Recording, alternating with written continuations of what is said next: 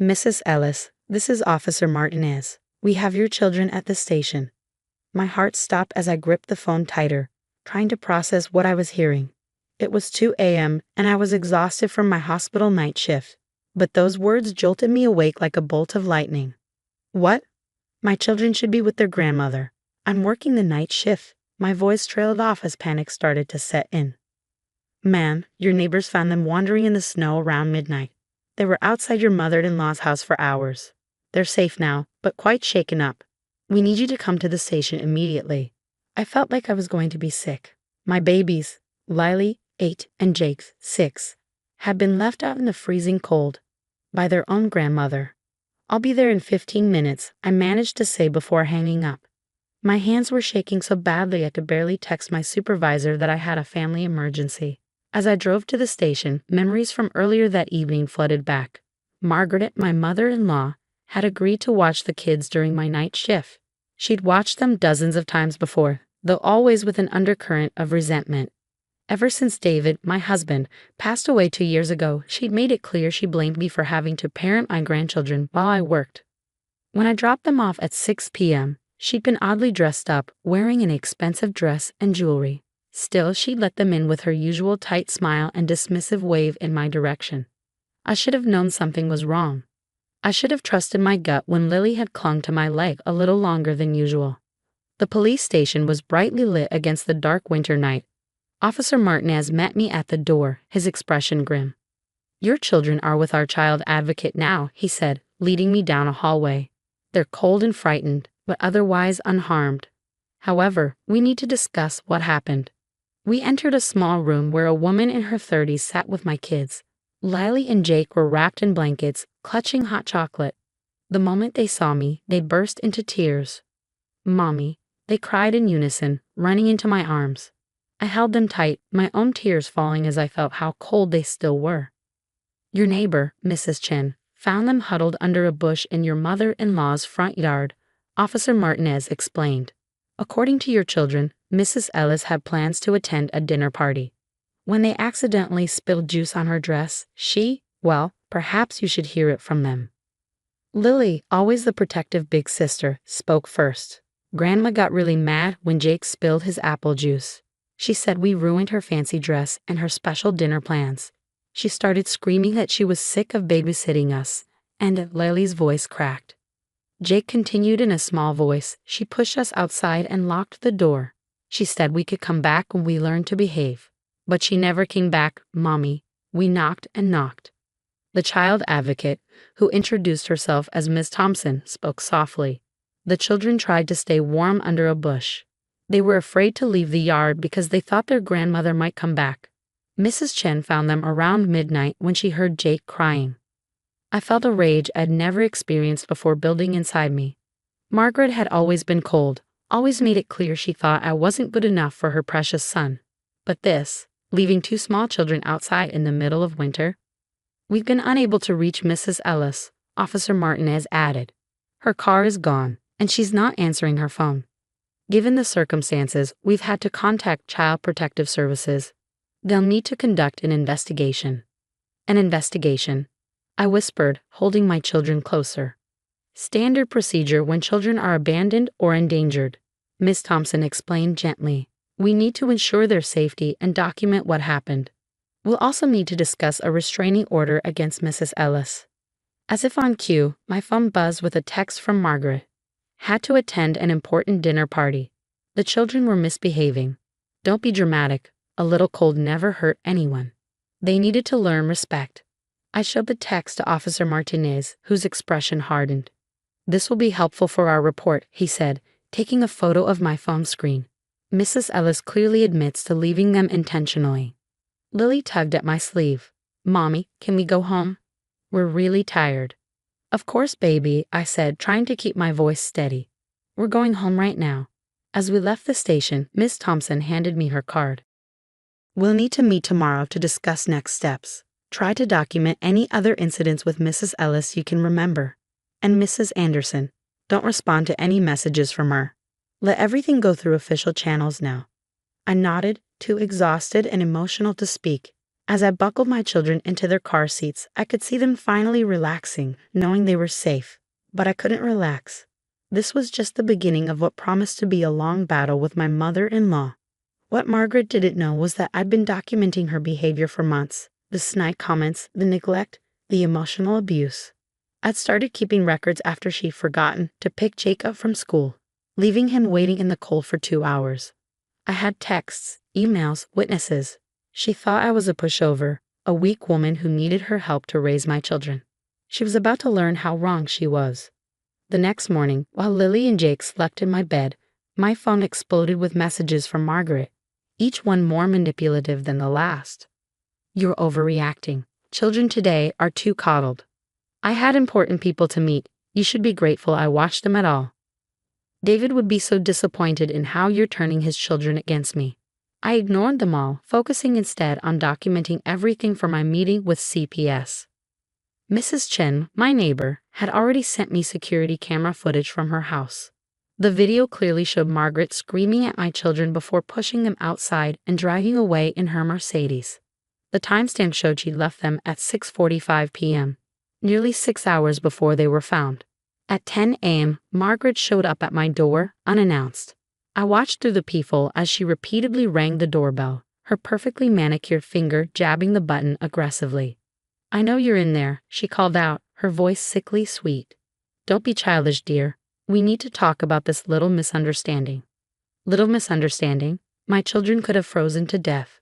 I recorded her entire performance on my phone as she continued. The kids were being difficult. "I had an important dinner with the country club board. They're considering me for president, you know. I couldn't miss it because your children can't behave." Just then, Miss Thompson from CPS pulled up in her car. Margaret's face twisted with rage when she saw the official vehicle. "You called CPS?" she shrieked, dropping her polite facade.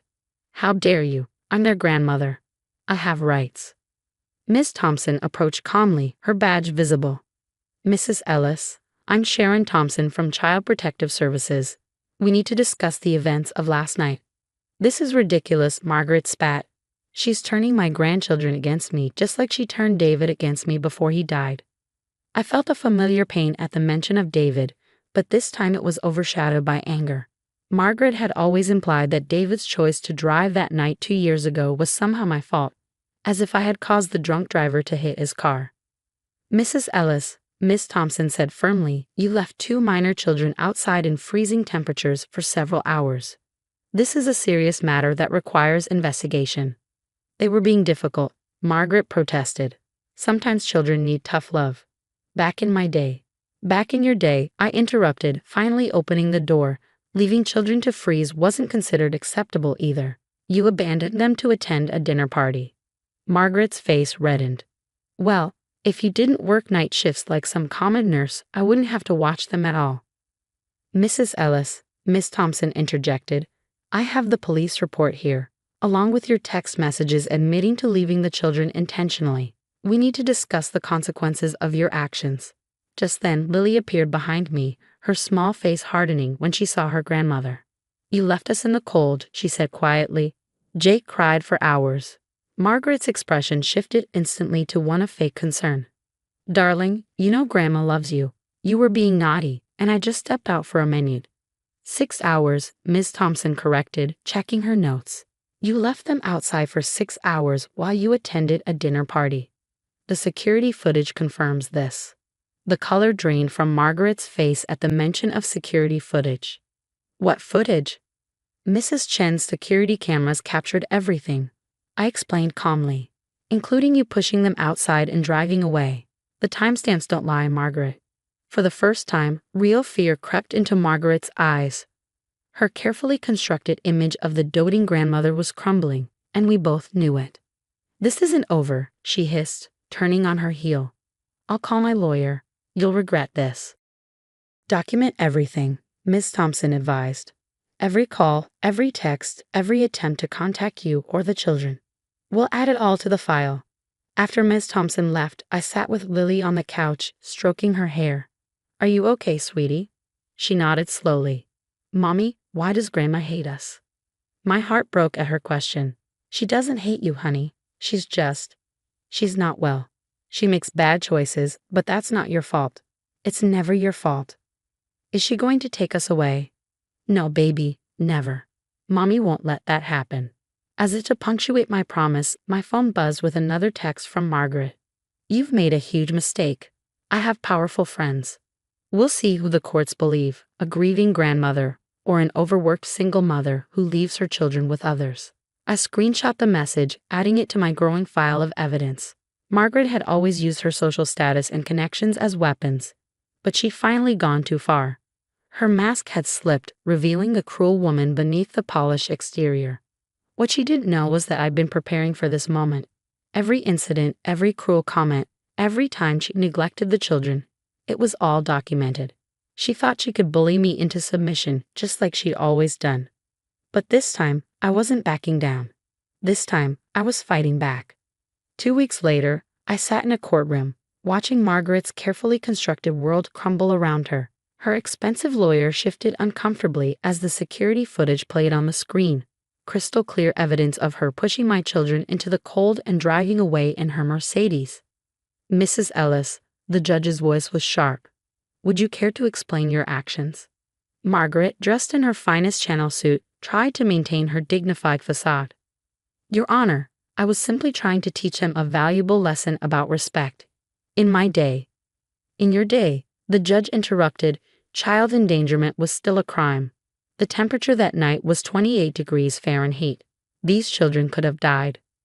I watched as Margaret's mask finally cracked. They ruined my dress. She burst out, her composure slipping. I had an important dinner. Do you know how long I've worked to become president of the country club board? I couldn't show up with juice stains. The collective gasp in the courtroom said everything. Even her lawyer winced. So you prioritized a dinner party over your grandchildren's safety? The judge asked, her voice heavy with disgust. They're always ruining everything, Margaret shouted, completely losing control. Ever since their mother started working those common night shifts instead of remarrying like a proper widow, David would be ashamed. Mrs. Ellis, the judge cut her off sharply. Your son would likely be more ashamed of a grandmother who abandoned his children in freezing temperatures. The truth of those words seemed to hit Margaret like a physical blow.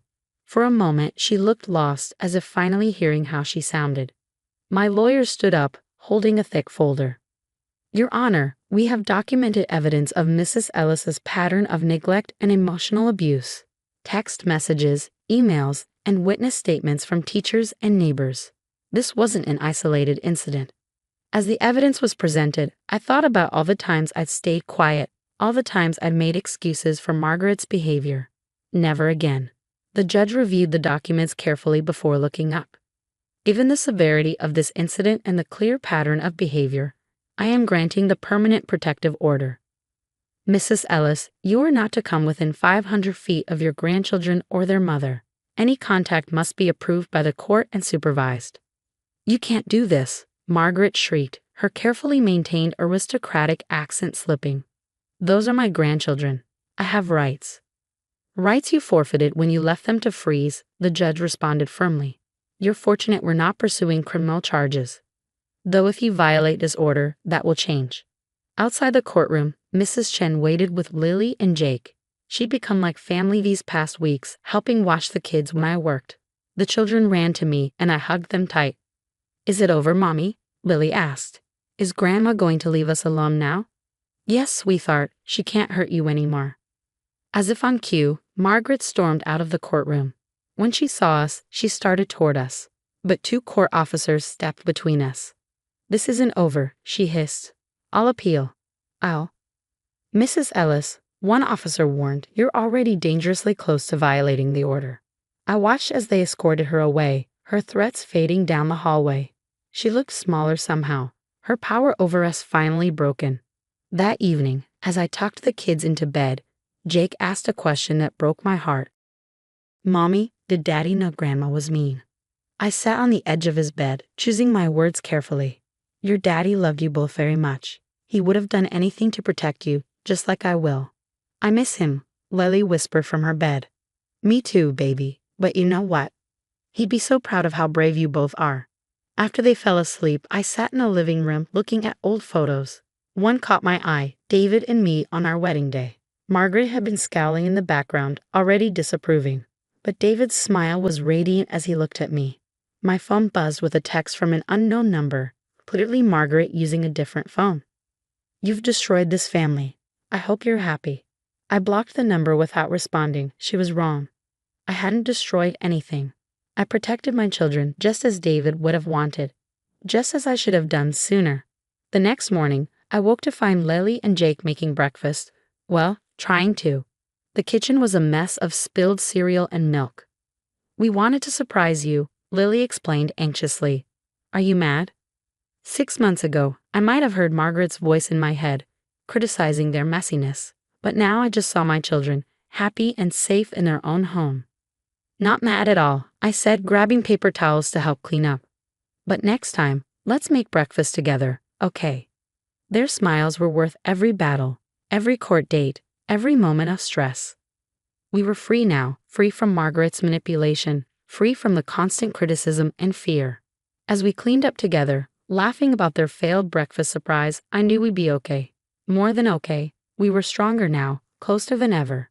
Sometimes the hardest battles lead to the greatest peace.